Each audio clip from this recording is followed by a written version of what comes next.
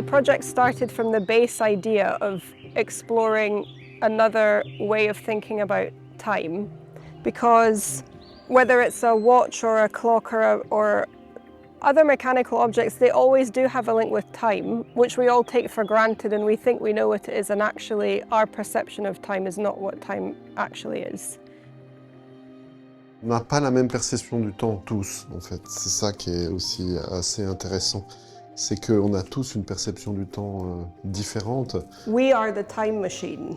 Parce que, en gros, quand nous on perçoit la réalité, c'est pas la réalité, c'est un filtre que nous on doit faire par rapport à notre capacité de comprendre ce que c'est. Donc, justement, cette notion du temps d'un point de vue personnel, mais après le temps dans le point de vue de l'univers, c'est complètement différent.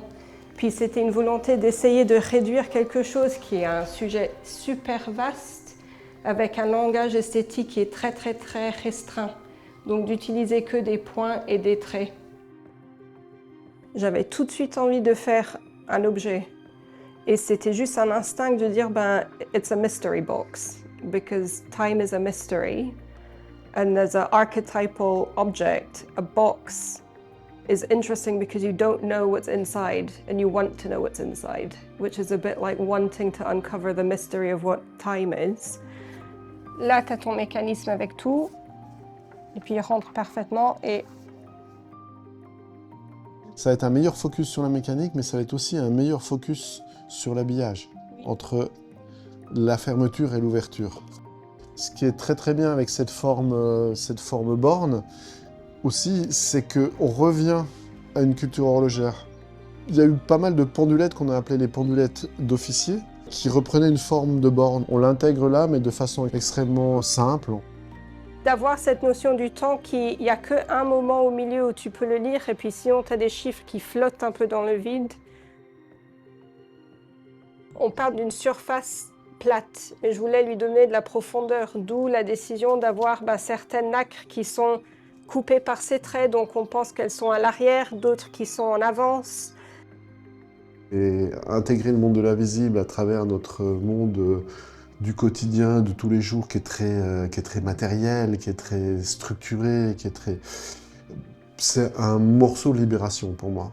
Et bosser sur libérer, c'est comme un truc génial. Yeah.